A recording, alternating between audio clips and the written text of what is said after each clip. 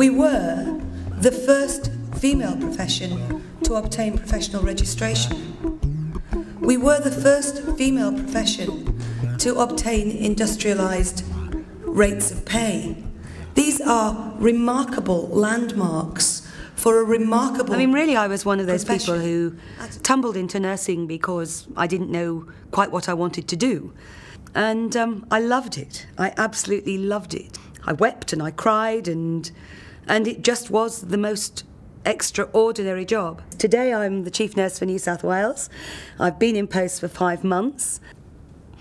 Now, I see my role very much as being to work with my peers to work out what we do that is best for nursing.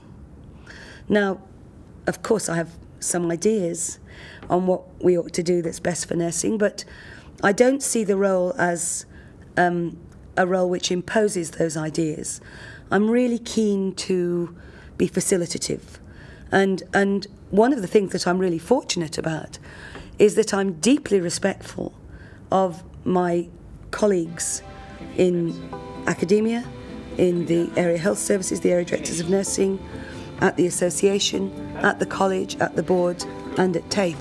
And I think I come in at an absolutely amazing time because we have some really good men and women in those very senior positions of whom, as I say, I'm extremely respectful. And I'm very optimistic that we will be able to work together in a way that actually sets up some strong foundations.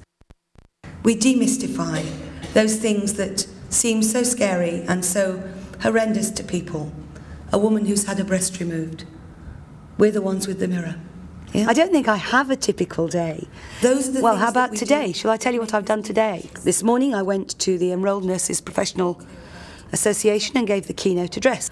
I then addressed the state human resource managers for an hour and a half on some of the things that I want to do in terms of creating a culture for retention. I then went back upstairs and I met with the Deputy Director General, my boss, because on Monday and Tuesday next week I'm going to Brisbane to the Chief Nursing Officers Forum, and there were a number of state issues that I wanted to get clearance to speak about with them before I went on Monday. Then I met with my PA while I had my lunch, and we sorted out my diary for the rest of this week.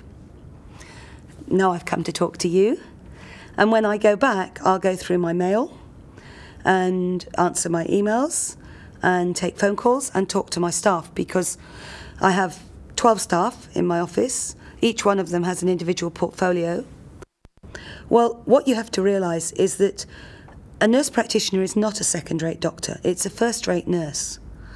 But by and large, for all sorts of reasons, prescribing, ordering of pathology and radiology, and referrals have not been part of the, if you like, scope of practice that nurses have been involved in.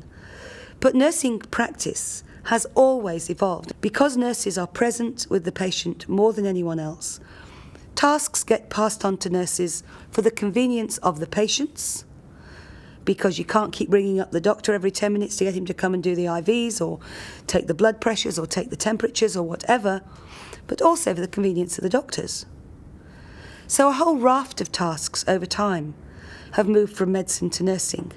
Now, prescribing, referrals, and ordering of pathology and radiology are tasks that nurses have done for many years in an ad hoc fashion. I can tell you many examples in my own practice where if I took a specimen of urine from a patient and thought that that urine didn't smell very good, you know, that maybe there was an infection, I would send that, take a midstream specimen then and there, write out a pathology form, and when the next, you know, nice junior resident was coming round, I'd say, "Oi, sign that, I want to send a midstream specimen of urine to the lab. Mrs. Jones's urine smells infected." Now, we did those things all the time. But unless it is recognised that that is our clinical skill and our clinical expertise, then our profession is never recognised for having the level of expertise that it has. It's vesting the authority in them as a clinical professional to be able to do the things they are highly competent and qualified to do. And that speaks volumes to the clinical career paths for our profession. There's also a quality control aspect here, because whilst there were expert nurses doing it, how did we know that they were expert? How did we know that they were safe? Well, we didn't. We kind of just trusted to the fact that they were. And of course, most of them were. But sometimes things went wrong. What you've now got is a quality framework around that practice, that advanced practice role. Because we were sort of, if you like, pushing those boundaries in the early stages, it was agreed that it was probably easier for one state alone to do that than for all the states to be doing different things.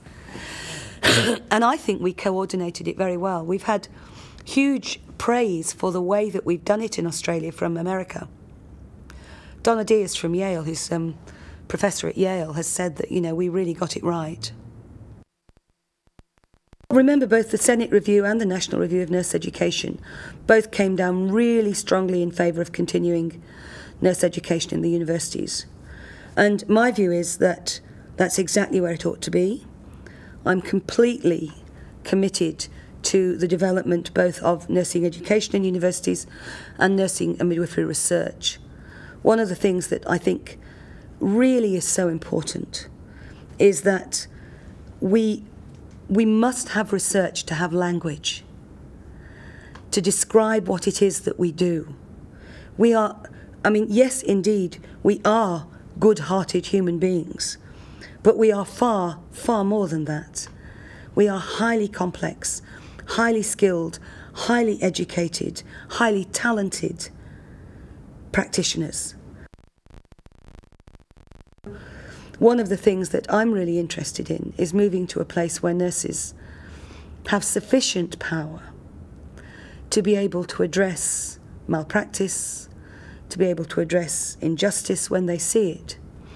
And I'm really excited, therefore, by the quality movement, because I think that a lot of the stuff that's coming out of, you know, the adverse events, the patient safety initiatives, a lot of the stuff that we're actually learning from crew resource management in the airline industry, where we're actually looking at, you know, where the most senior person has to listen to what the most junior person has to say, will make a huge difference for nursing. And the no blame culture. The fact that, you know, if something does go wrong, we can look at it and say, well, why did it go wrong? Let's explore what happened here, rather than that kind of post hoc rationalisation of, well, you know, what, me? Well, must have been them over there. You know, I mean, that doesn't help anyone. And it's certainly not conducive to improved patient care. I'd like them to look after themselves. Probably more than anything else, I would like them to develop a culture of self-care and a culture of entitlement, so that they would feel good about themselves. And in that way, I hope they would then be able to stay and give the sort of care that I know they want to give to the patients that we love to care for.